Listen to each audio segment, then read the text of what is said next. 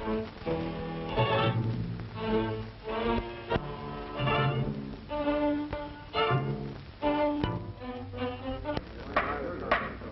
court will now come to order.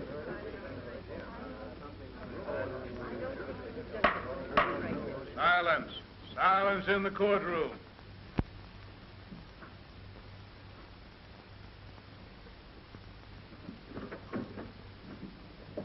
Ladies and gentlemen of the jury, have you arrived at a verdict? Yes, Your Honor.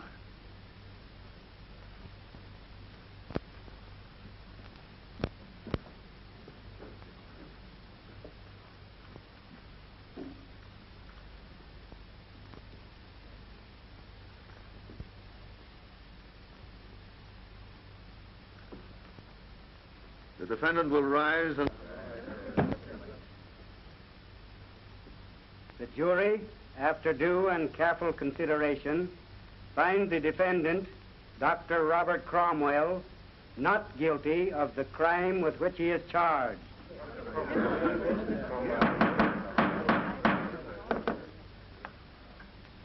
The court feels that it is the high office of physicians and surgeons to preserve life, not to take it.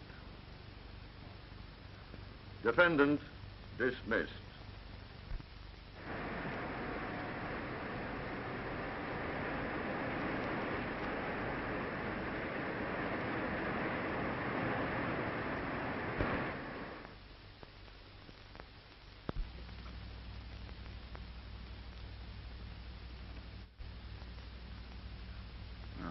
Where will this lead?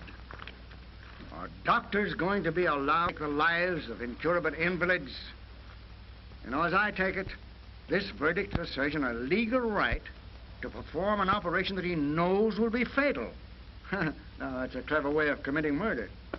He might do it for experimental purposes or for out of sentimental reasons or to make and get away with it. Them doctors steals bodies from the graveyard, don't they, son? They sure does, son. Yes? Get hold of Miss Porter. She's interviewing Jacob Turner's widow at the Turner home. See if she's back. All right. To get down to brass tacks, we guessed this verdict wrong. Personally, I'm glad Cromwell is free. Well, Judge Lewis doesn't agree with you. And the public certainly doesn't. The verdict should have been guilty. Cromwell murdered Jacob Turner. If I'd been Turner, I'd welcome the chance to be cured or killed. But there wasn't any chance. That's just my point. Yes? Miss Porter to speak to Mr. Burke. Put her on. Hello? Did you get to Mrs. Turner? Yes, Mr. Burke. She denies that she's in love with Dr. Cromwell, but I got her to admit that she admires him. Good girl. Now I want you to interview Cromwell. But he won't talk. That's why I'm sending you. Make him talk. Everyone else failed. Find out why he performed this operation. The real reason. All about it. Hop to it.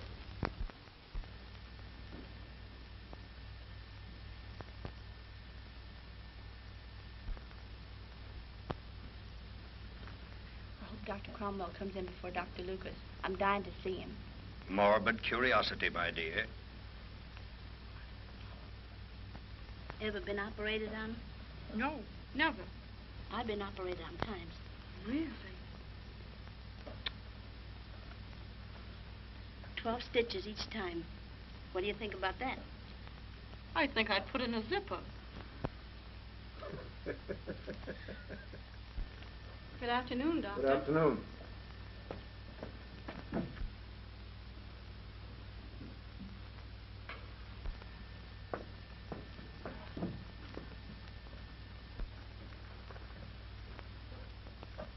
Has Cromwell come in? No, Doctor. That's strange. I left him at the Medical Association more than an hour ago. What is the association going to do about it, Doctor? Hard to say.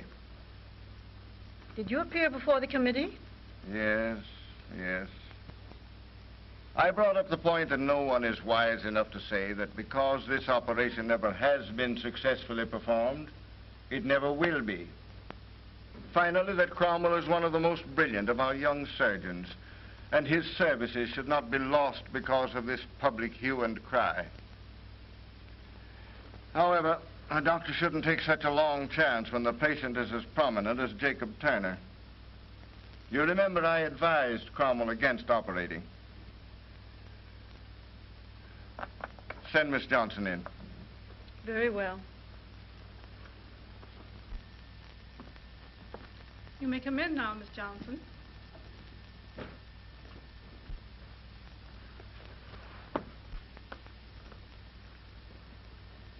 Oh, miss, can you tell me when Dr. Cromwell will come in?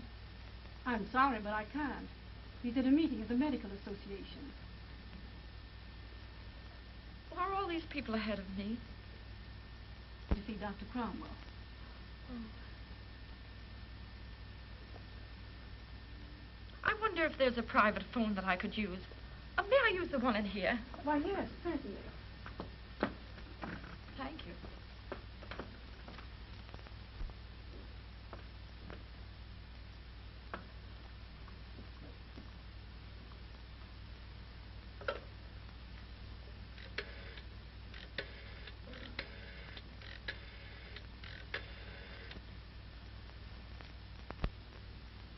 Hello, Mr. Burke. I'm in Dr. Cromwell's office, his private office. Well, here we are, baby. You don't have to see the old doctor, man. I do. Don't I, Nursey? Do you wish to see Dr. Cromwell or Dr. Lucas? Oh, Dr. Lucas, of course. I want to be cured, don't I, Queenie, and not killed. What are you, baby?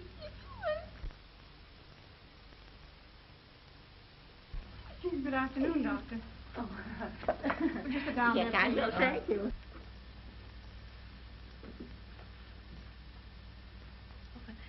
You're a very nice nurse that I might use this phone. Quite all right.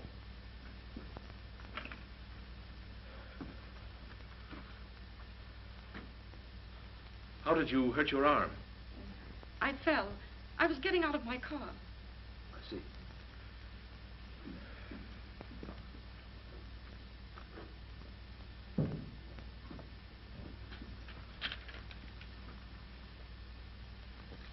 Donald Evans, your instructor, phoned from the airport to congratulate you on the verdict. Also, he wants to arrange for your final test. I'll telephone him later. I'm awfully happy about the verdict. Thank you, Miss Fielding.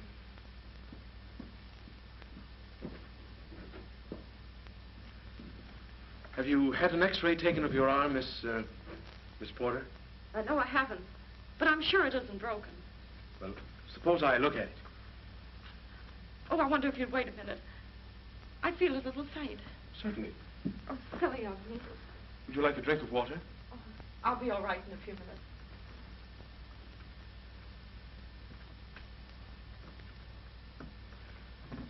Doctor, you seem awfully upset. May I prescribe for you before you prescribe for me?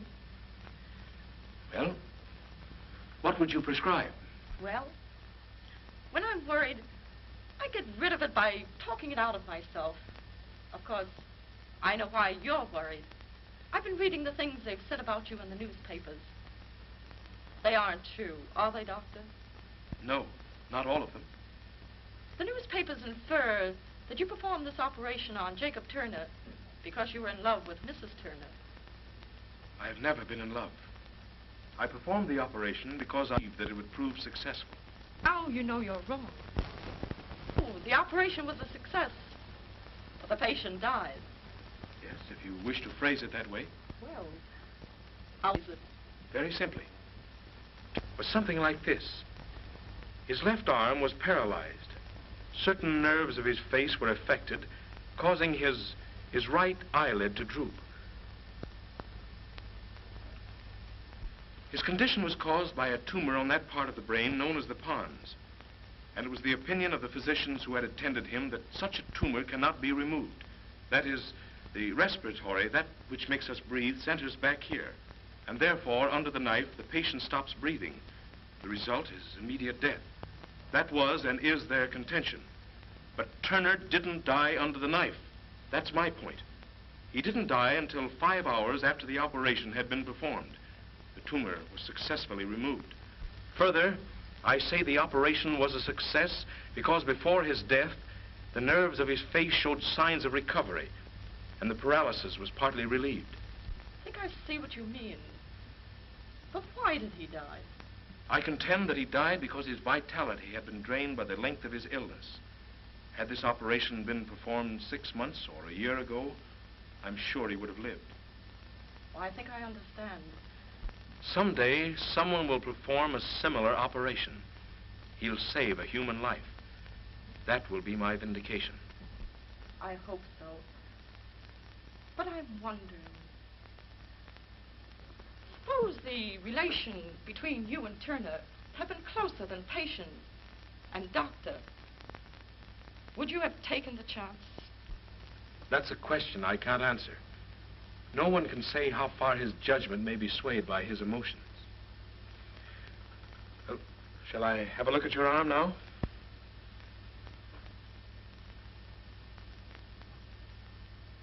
Oh, I'm terribly sorry. Why? Well, there's nothing the matter with your arm. No. Oh, I hope you believe me.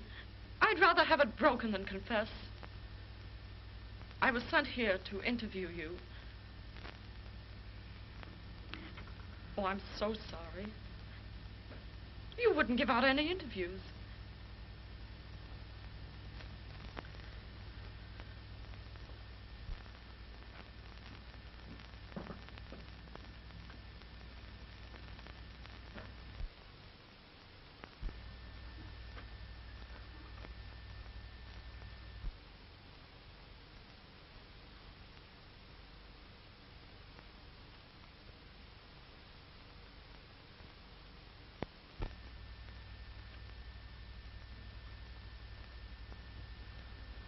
Are there any patients waiting to see me?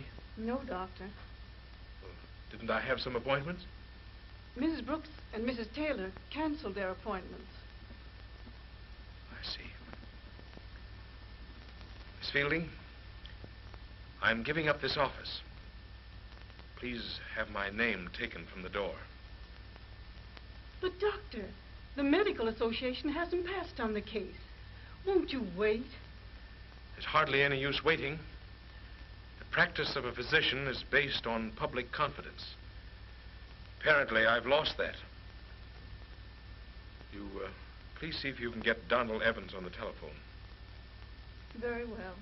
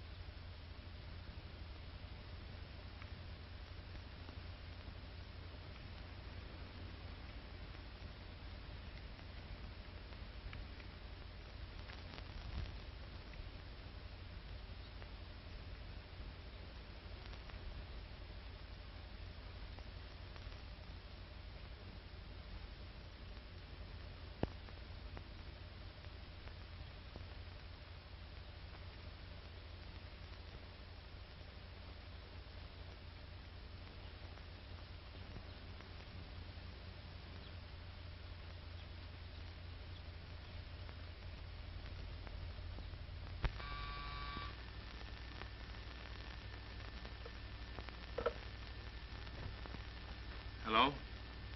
Oh, Evans? I'd like to arrange to make my final solo flight this afternoon. Yes. That's right.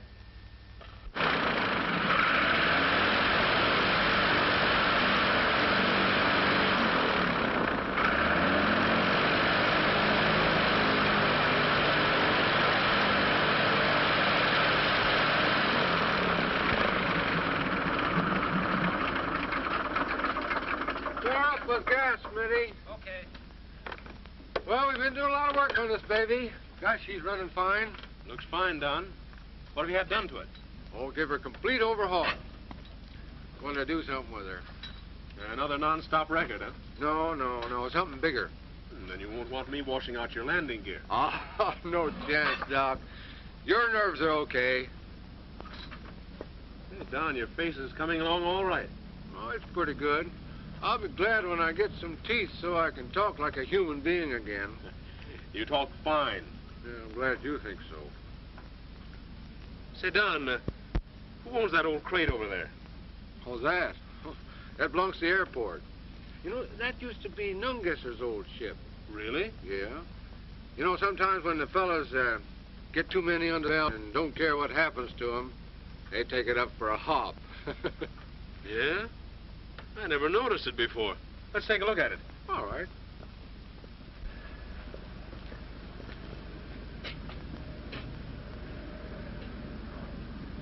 You know, I'd like to try her out. Whatever gave you that notion, Doc? What's that? Hey, whatever gave you the idea of taking this old can out? Well, I'm going to be a pilot. I should be able to fly any ship, shouldn't I?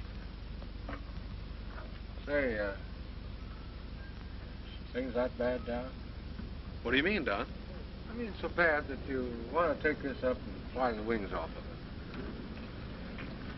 it. Now, you look here. I've been in the same sort of a fix you're in. I sort of understand the way you feel about it.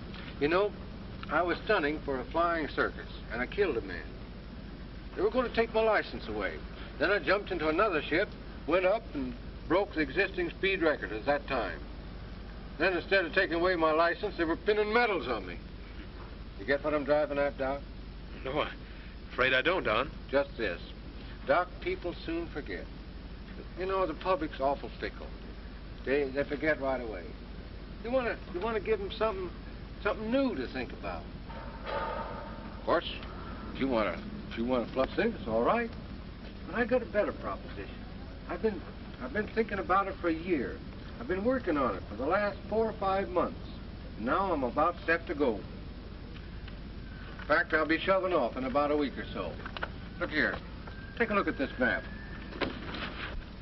It's the Tokyo flight. You see, we start from here, go up across here into Alaska, and then follow this line right down the Aleutian Islands into Japan. I've got to have somebody go along with me. How about it, Doc? By George, I'll go. A new land. It'll be a chance to start all over again. Great. You've taken enough navigation under me. You can help me out on the navigation, you see? Now...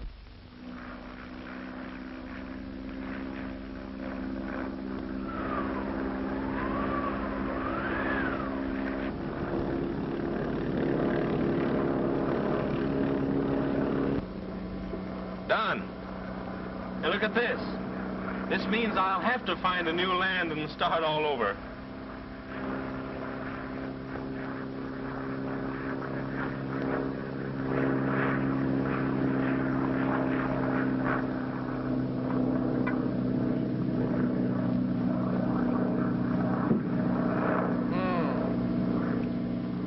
Some send-off, pal. You wait. Tomorrow they'll wake up and find your name written clear across the sky all the way from the USA to Japan. You'll feel just as cheap as I did once when I was in Paris during the war. A Frenchman tried to get into a cab that I just hailed at the curb, but I beat him to it and I got in first. Then I gave him the raspberry. You know, the next day I was presented to him for the Croix de Guerre. He was the president of France.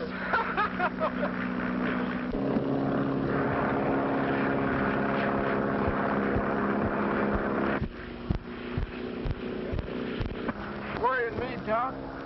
First is, what new land are you going to? I haven't decided yet. What else is worrying you? What's in that black bag that you brought along back there? Well, what would you guess? I guess 2 dress suits for us to wear at the ambassador's dinner tomorrow night in Tokyo.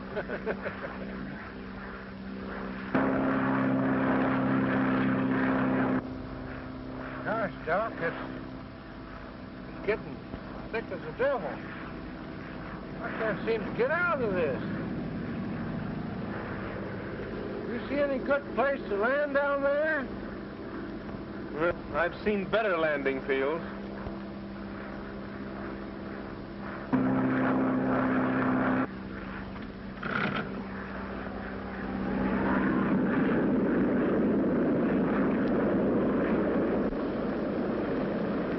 What's the matter, Don? Ice. See, it's getting on the wings. If we don't get out of this, we'll be forced down, sure.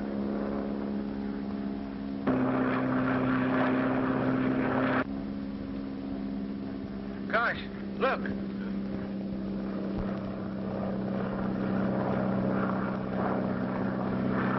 Look, gee, we're going down fast. Sure are. I can't seem to hold her up. She's just squashing like everything.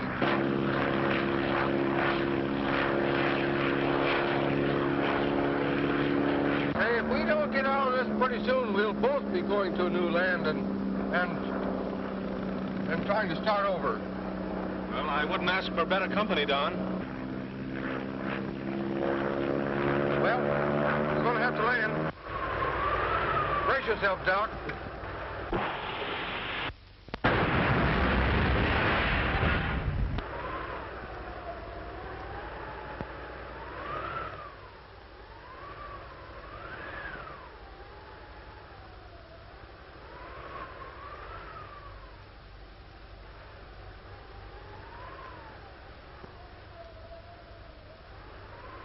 Heavens.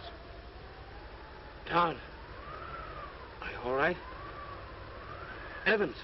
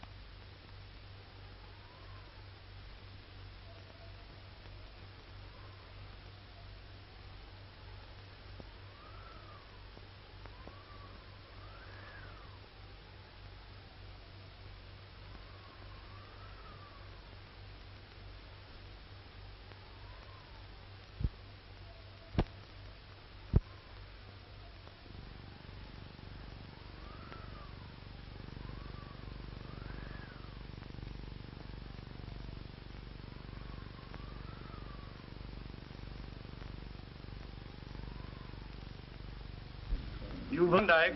Tom Ross is bringing in a frozen man. You better get a room ready. Bring him in here, please. Yes, it's warm in here. Be careful. Don't drop it. Don't hurt him now. Yes. Watch your step there. Watch your step. You think he's dead? All right, bring him right in here. Take him right in there. Bring him in here. Yeah, what about you? Pick him up like that. I hope he isn't dead. They must have... Where'd you get him, Tom? Out in the snow, Jim. You do that, boy.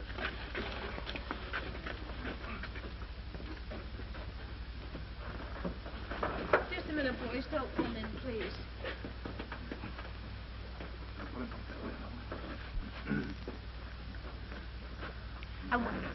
I wonder who he is. Don't you think you'd better rub him with some snow, Seth? He's not frozen. He's hurt. Get him out of his clothes and into bed. Yes. Oh, Tom, you'd better organize a searching party. There might have been somebody else with him. That's a good idea. Sadie.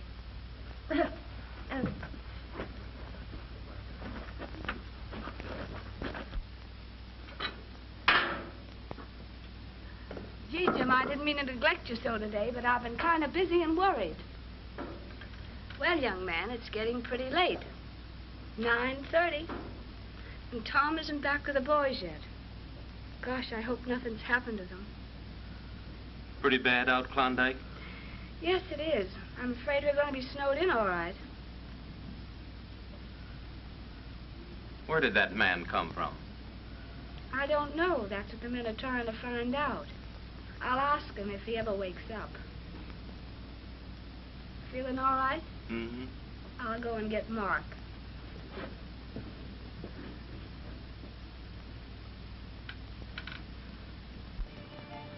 Mark, it's Jim's bedtime. Mark. Well, I'd hate to be sick and depend upon you to stay awake. What time is it? It's 9:30. No wonder I went to sleep. Boys come back yet? No, and I'm worried. You better go and put Jim to bed if you can get him to go before the news item comes on. I'll stay and watch.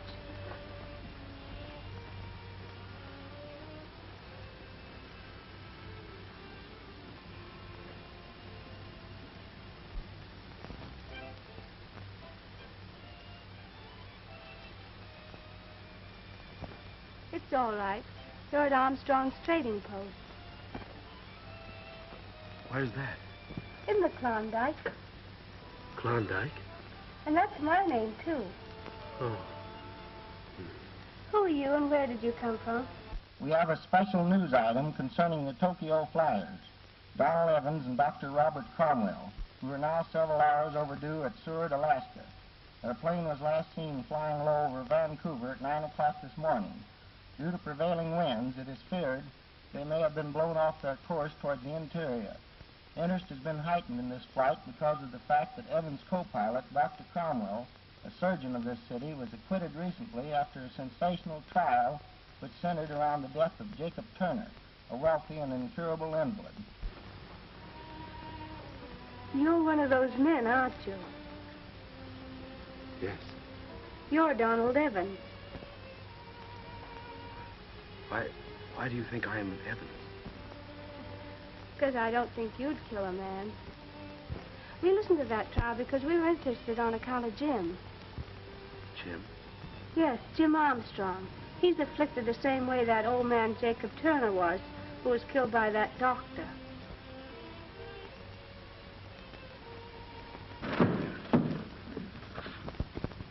Oh, they're coming back. Who? The searching party. Found an airplane smashed to pieces, half buried in the snow. There was a man in it, dead. We did what was necessary. No need of bringing him in. There were two of them. One was Donald Evans. He's the one's in there. The other, Dr. Cromwell.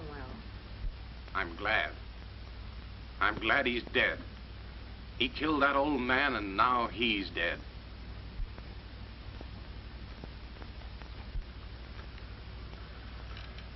Good night, Jim.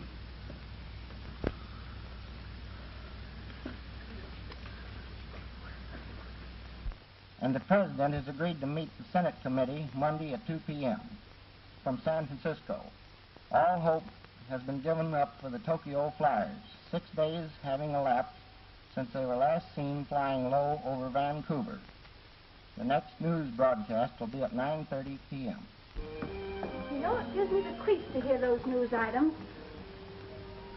And with no way of letting the world know that you're here and Dr. Cromwell's dead. Yes, I know. I just heard the radio. How long will it be before we can get word through? Oh, maybe a week or two. You know, 6 days of sleet and snow. I guess you brought it with you. There you are. Thank you. Won't you sit down? No, I haven't had a chance to talk to you really yet. All right.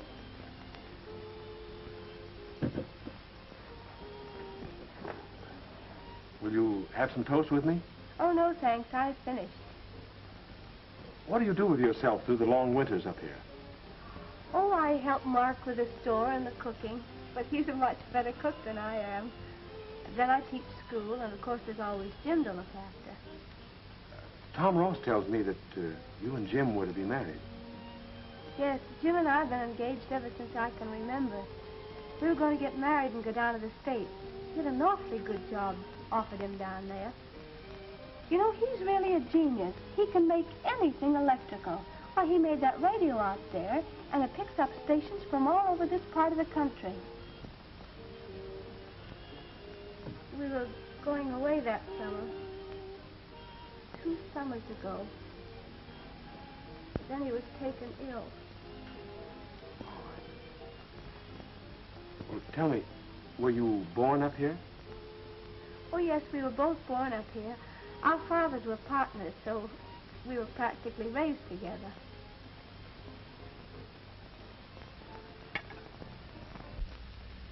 Oh, come on.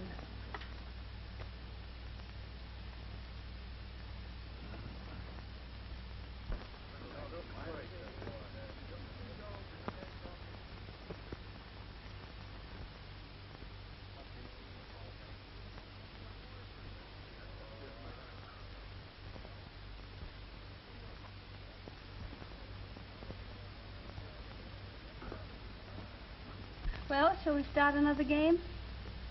Not a game. You haven't beaten me yet. I'm going to jump 2 of your men right now. Oh, I suppose that'll end it. Certainly it will. My, isn't that wonderful? Well, how do you like the looks of this? Say, that isn't fair. Oh, why don't you use your eyes? And you're the little girl that always wanted to go to the States, eh? Oh, I wanted to go until Jim took sick. But this way, of course, I wouldn't leave him. Suppose he were cured. Why, then we'd get married. Oh, I see. Well, how about this nice lollipop? Well, haven't you got any 6 for a penny? Well, we've got this kind. Now, what do you want 6 for a penny for? Well, 1 for Jean and 1 for Mama Claudette. Uh-huh, that makes 2. 1 for Jean and 1 for Papa Claudette. That makes 4. There. 1 for Jean and 1 for you. For me? Oh, dear.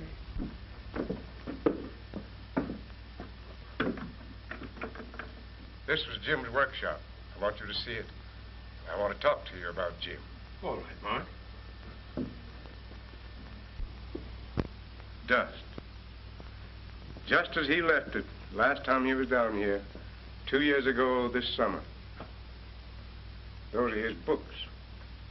He studied too hard. Maybe that's what's the matter. He always was smart. When he was just a boy and first heard of Marconi's experiments, he turned right in and built a radio, the first in this part of the country. You're proud of him, aren't you, Mark? Yes, I am proud of him. I'd give the trading post. I'd give my own life to make him well like he was. And that's what I want to talk to you about. I listened to that trial over the radio. And I believed what that jury must have believed when they said you weren't guilty. I felt that you must have believed there was a chance to save that old man's life. And what I want to ask is there any chance to save Jim's life? The chance is very slight, Mark. But there is a chance. Yes, if the operation is performed soon enough. But I can't perform it. The boy isn't any good to himself, and he's fast growing worse. I've got to see him day after day, dying in front of my own eyes. And you are a doctor and won't do anything about it. Don't you see, I haven't any right to practice here or anyplace else. I'm Jim's father, and I ask you to do it. I'll stand the consequences. Mark, you don't understand. You can't stand the consequences. If I should operate on Jim and he should die, I'd be a murderer. I haven't any right to operate on anyone. He wouldn't die. You know you could cure him. I can read it in your eyes. Yes, Mark, I believe I could, but my hands are tied. I don't know how to say things except straight. You refuse to operate, and I'll tell you why. I've been watching you day after day with Klondike. And if Jim was cured, she'd marry him. Ain't that the real reason you won't operate? No, Mark. That has nothing to do with it. I think it's got a lot to do with it. Think it over.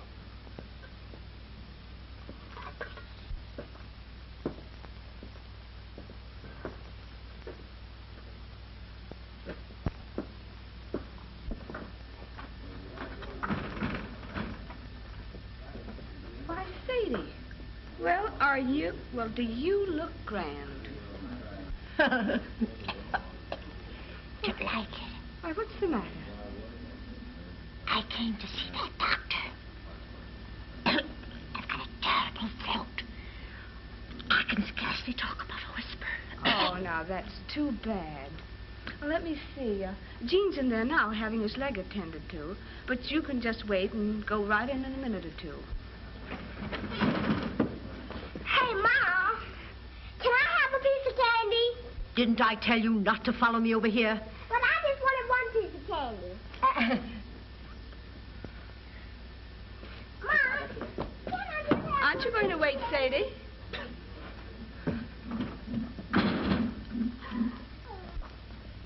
What's the matter, Mark? I've been telling that doctor he's got to cure Jim. Cure him? How? By operating, like he did on that man in the States. But, Mark, that man in the States died. Dr. Cromwell isn't going to operate on Jim. You're not in love with Dr. Cromwell, are you, Klondike? Why, Mark, what do you mean? Suppose Jim was cured.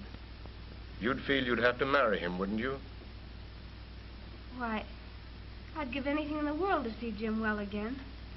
Then you'll do what I ask. If he isn't cured, it won't be your fault nor his. And Jim will be better off. What do you want me to do? I want you to get him to operate. But, Mark, you don't know what you're asking. Supposing Jim dies. He won't die. He'll get well. All right. I'll talk to Dr. Cromwell. When? Oh, when I get a chance. Maybe tonight. All right. I don't believe he can possibly live 6 months. Maybe a year at the longest. But just suppose you cured him. Suppose I did cure him. Klondike, do you love Jim? Yes. I love him as I've always loved him. And if I cured him, you'd marry him. Yes? Suppose I failed. Oh, but I don't believe you'd fail, or I wouldn't ask you. No, I wouldn't fail. Not if that's what you want.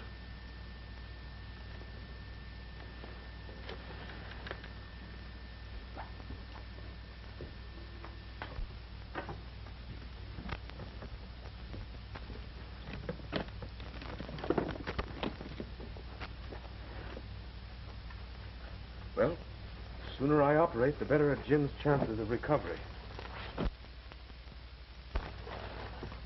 Then you are going to operate? Yes. Tonight.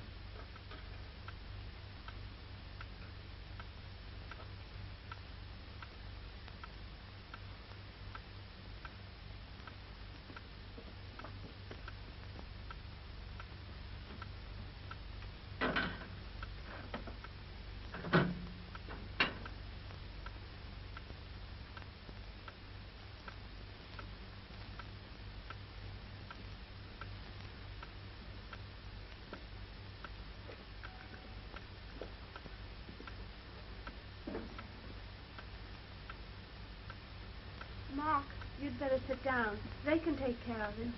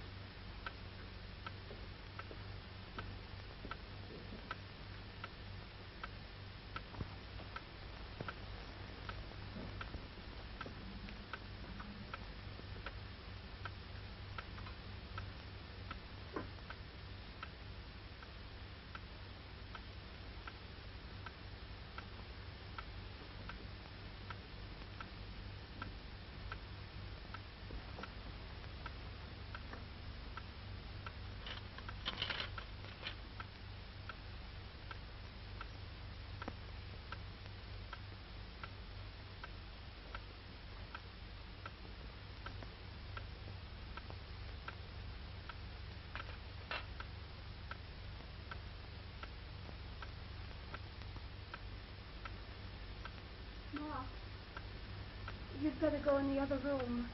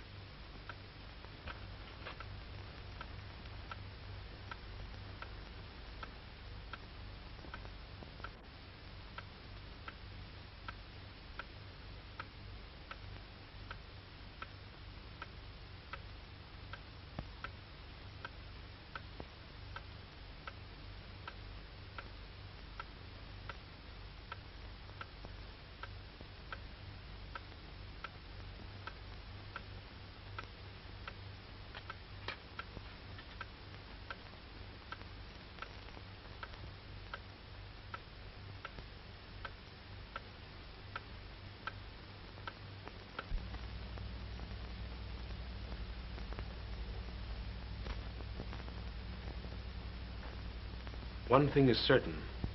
The greatest danger is past. Due to Jim's remarkable vitality, the respiratory action didn't stop during the operation. What does that mean, Doc? He didn't stop breathing. Oh.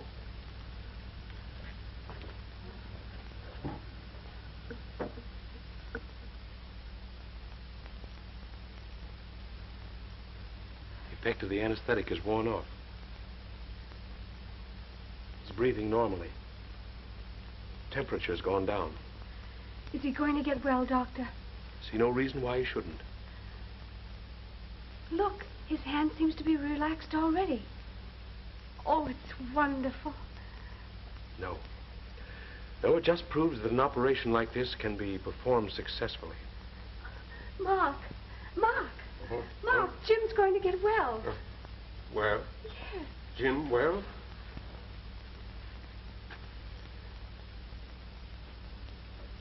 Jim! Shh, quiet. Everything's going to be all right, Mark. Supposing you come and get a little rest now. He's cured, Doctor. Yes, Mark.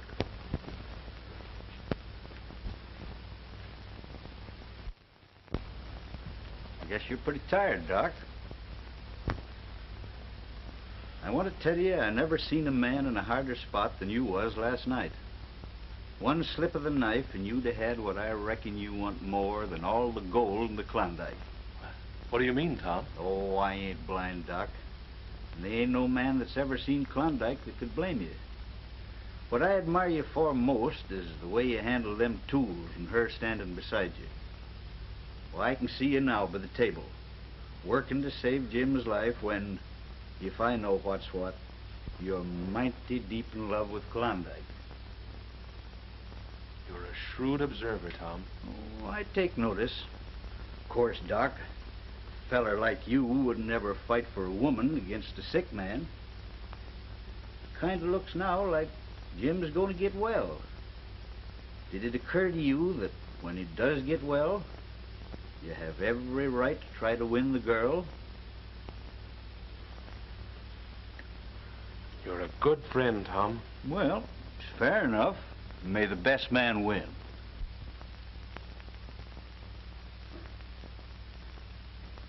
Jim, you're awake. Doctor. Well, how do you feel?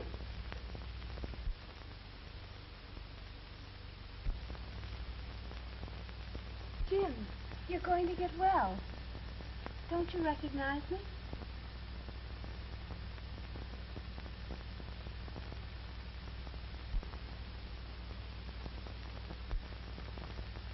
Jim, speak to me.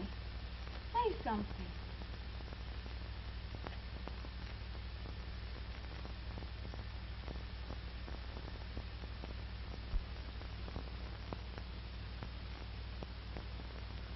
Oh, Jim, try to talk. Say something.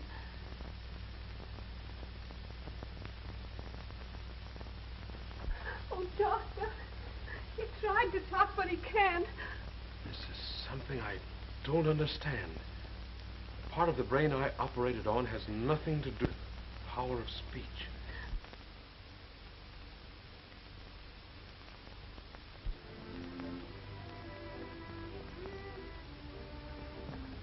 Well, Judge, you're just $14 short.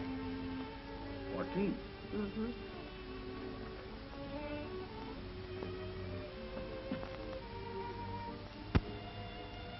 Last crane I've got. Well, I reckon, Klondike, you'll just have to take back those blankets over there. Yeah. You'll be needing all the blankets you've got.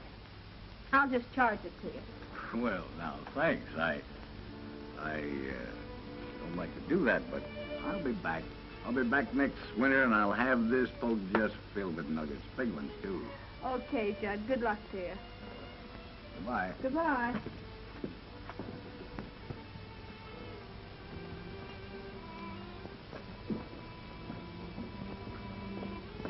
Where's Mark? It's Jim's bedtime. Why, he's in the kitchen.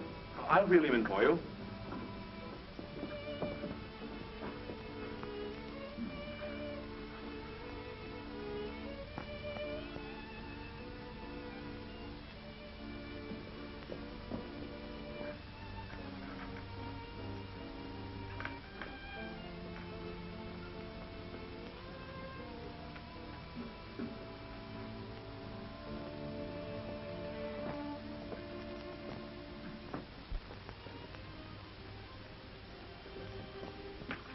I'll take him in, Klondike. All right. Good night, Jim. I hope you sleep well.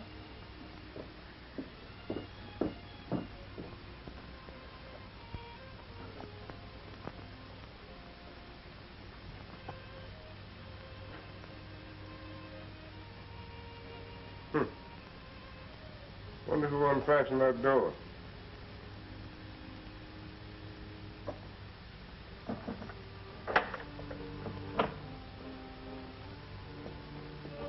Say, why is the doctor in such a hurry to get back to the States?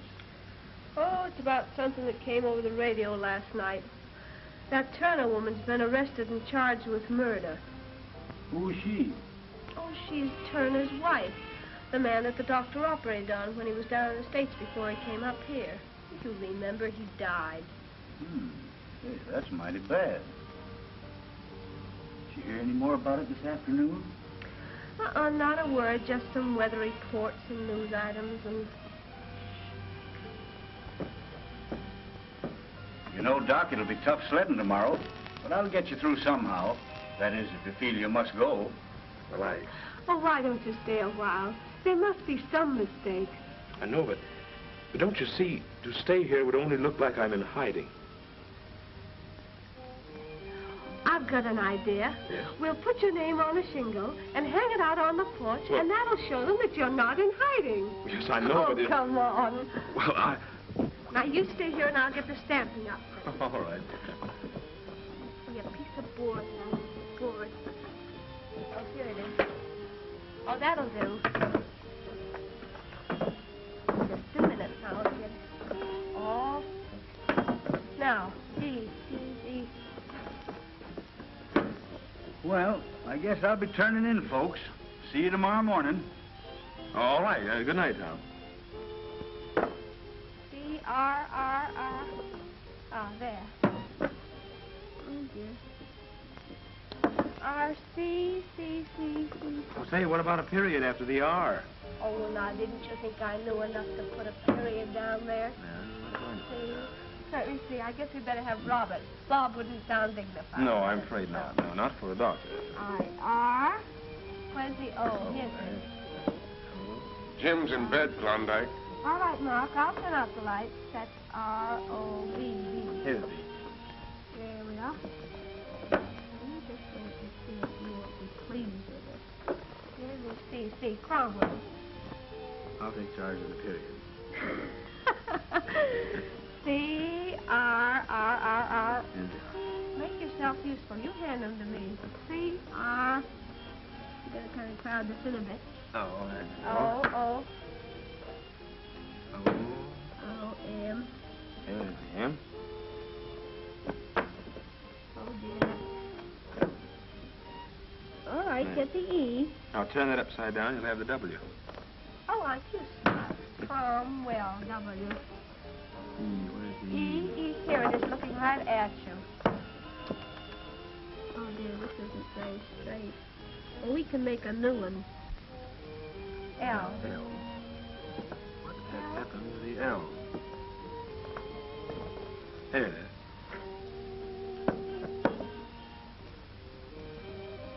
There, I'll let you finish. All right. There, just about made it. It's a little bit crooked, but not bad. That's fine. Gee, I hope you don't have to go. I don't want to go. Well, I guess we better hang it up anyway, huh? Yes, I guess we better. We have a special news item about the sensational Turner case. Jane Turner, who was arrested yesterday, confessed to having conspired with Dr. Robert Cromwell to put her husband out of his misery by killing him. Although it has been believed that Dr. Cromwell was lost during an attempted flight to Tokyo, the authorities have learned that the flyers crashed in Alaska and that the doctor is there in hiding. We return you now to your local stations. It's a lie.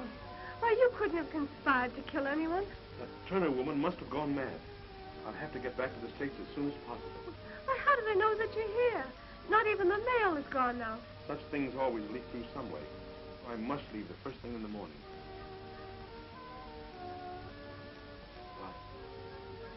I don't suppose we'll ever see each other again. If I had cured Jim, things might have been different. I could have told you then that I loved you, and you could have chosen between us. You know, Klondike, I've never loved another woman. You're the first, and I think you'll be the last. Goodbye, Klondike.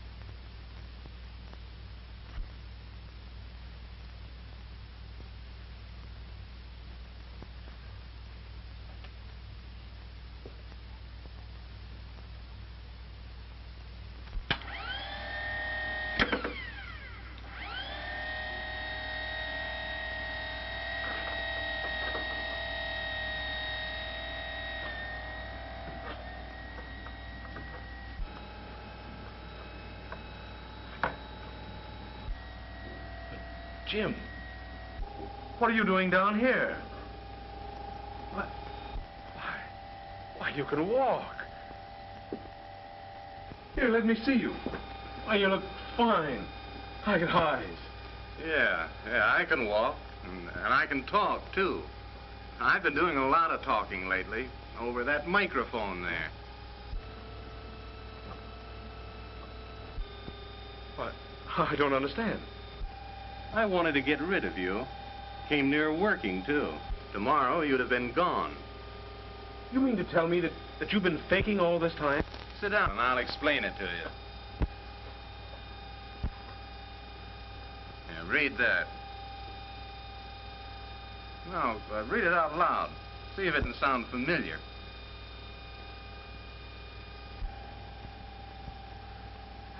We have a special news item about the sensational Turner case. Why, that came over the radio tonight. Oh, no, you just thought it did. I broadcasted it over that microphone there. I cut it in on the loudspeaker upstairs. Of course, I disguised my voice. I used that switch right there. Simple enough. What, Jim, do you mean to tell me that you do it?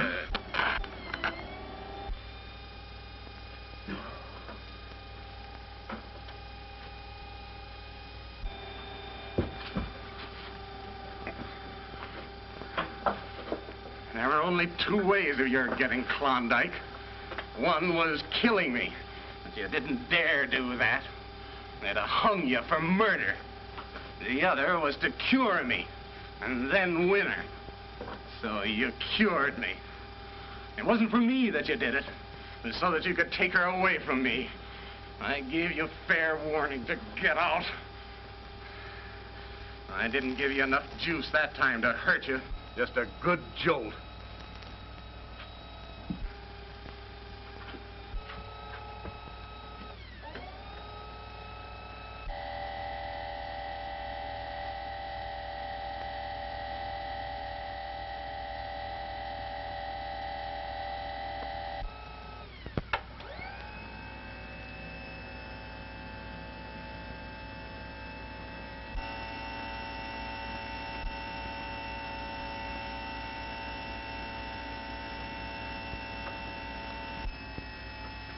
Nobody can hear us down here. They can't even hear this dynamo. But maybe I better tie this over your mouth.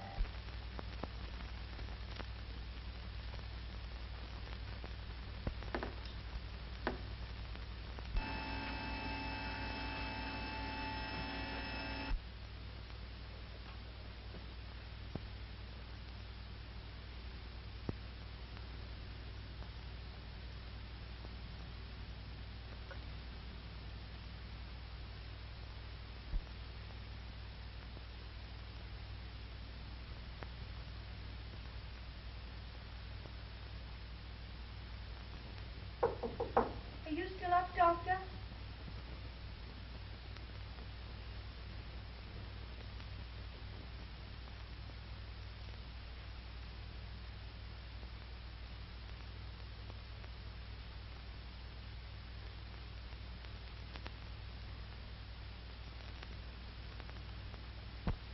Mark, is Dr. Cromwell up there? What's that, Klondike? I said, is Dr. Cromwell up there? No. Well, I was sure I heard someone talking.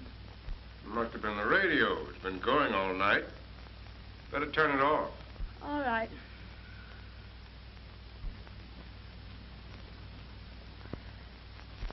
When they find you, I'll be in bed. Not able to walk. Not even able to talk. I'll get well gradually. They'll think you came down here to my workshop and accidentally electrocuted yourself.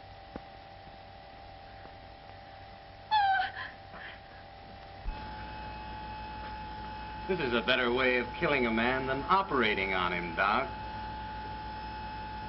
You like to experiment on people. Now I'm going to experiment on you.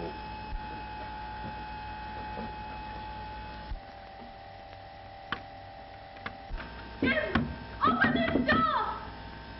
Jim, open this door, I tell you! Jim, open this door, I tell you! I know what you're doing! I hate you!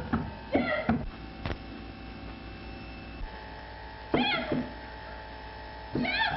Open this door! Well, I guess you outsmarted me, Doc. Jim! Jim! Oh, Jim, please open the door! Open this door!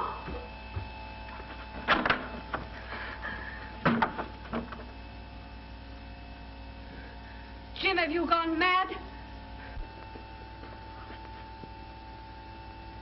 Jim, you can walk. Jim can walk, Doctor.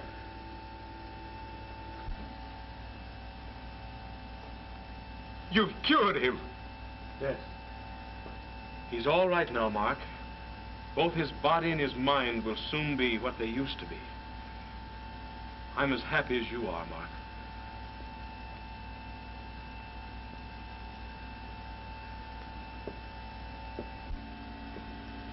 I'm happy, too.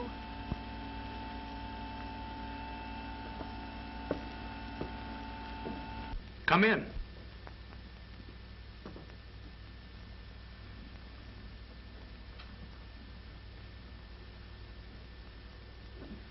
I wouldn't believe it was broken even if you showed me an X-ray. I want a story and I want to congratulate you.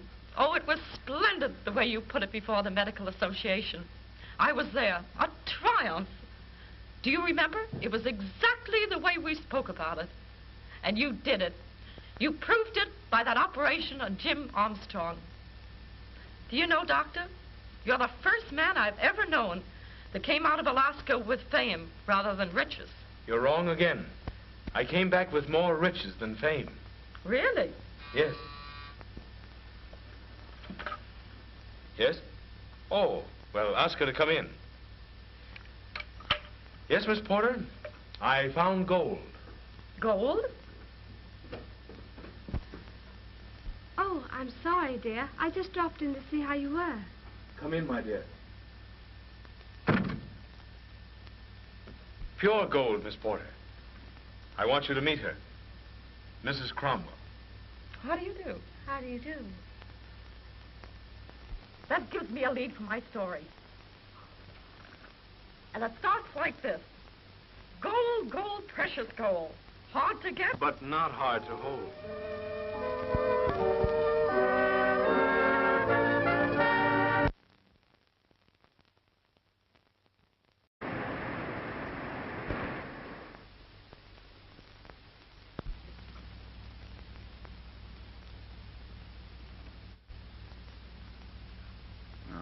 Where will this lead?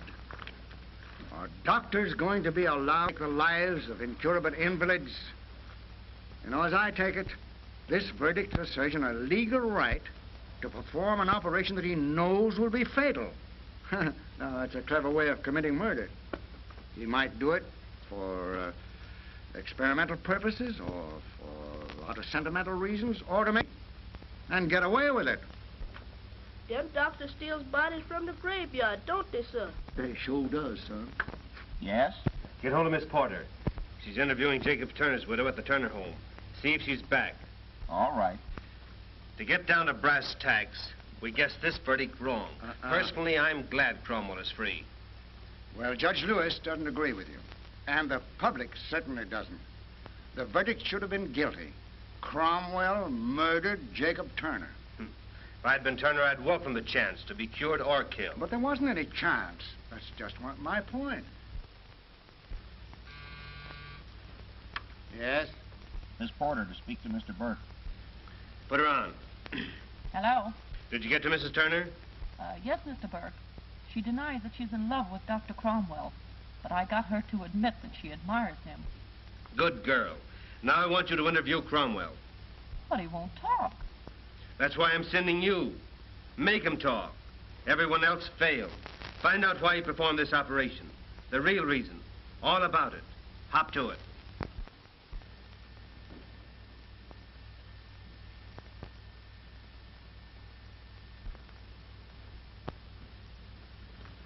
I hope Dr. Cromwell comes in before Dr. Lucas. I'm dying to see him. Morbid curiosity, my dear. Ever been operated on? No, never. I've been operated on times. Really? 12 stitches each time. What do you think about that? I think I'd put in a zipper. Good afternoon, Doctor. Good afternoon.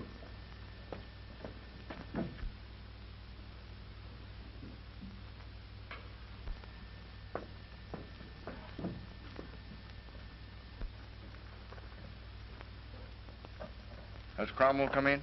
No, Doctor. That's strange. I left him at the Medical Association more than an hour ago. What is the association going to do about it, Doctor? Hard to say. Did you appear before the committee? Yes. I brought up the point that no one is wise enough to say that because this operation never has been successfully performed, it never will be. Finally, that Cromwell is one of the most brilliant of our young surgeons, and his services should not be lost because of this public hue and cry. However, a doctor shouldn't take such a long chance when the patient is as prominent as Jacob Turner. Good afternoon, Doctor.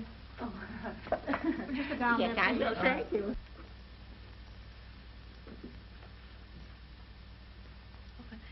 You're a very nice nurse, that I might use this phone.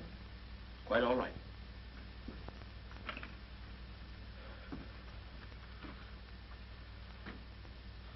How did you hurt your arm? I fell. I was getting out of my car. I see.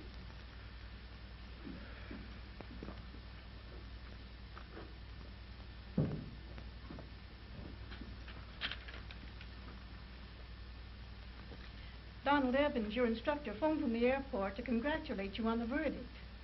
Also, he wants to arrange for your final test. I'll telephone him later. I'm awfully happy about the verdict. Thank you, Miss Fielding.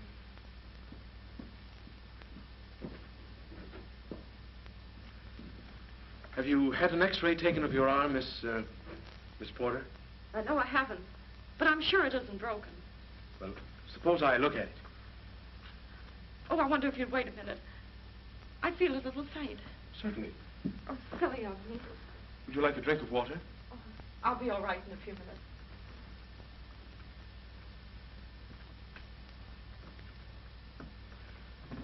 Doctor, you seem awfully upset. May I prescribe for you before you prescribe for me?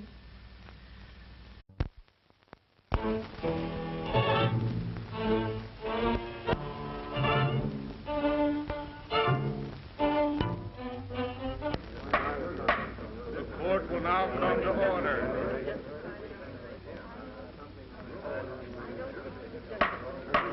Silence. Silence in the courtroom.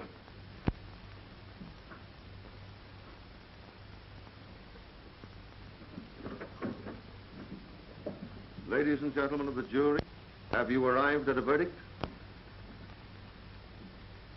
Yes, Your Honor.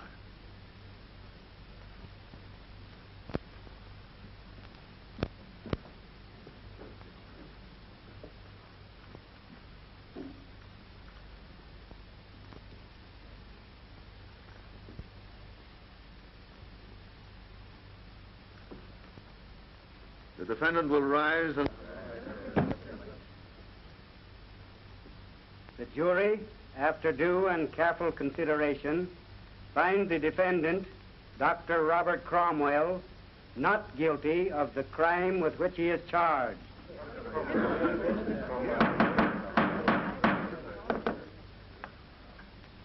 The court feels that it is the high office of physicians and surgeons to preserve life, not to take it. Defendant dismissed.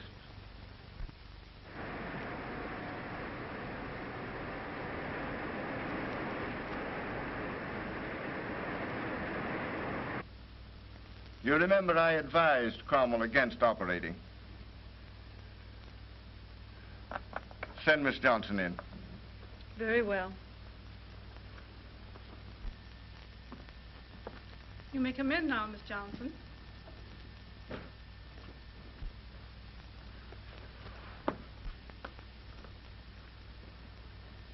Oh, miss, can you tell me when Dr. Cromwell will come in? I'm sorry, but I can't. He's at a meeting of the Medical Association. Well, are all these people ahead of me? To see Dr. Cromwell. Oh. I wonder if there's a private phone that I could use. May I use the one in here? Why, yes, certainly. Thank you.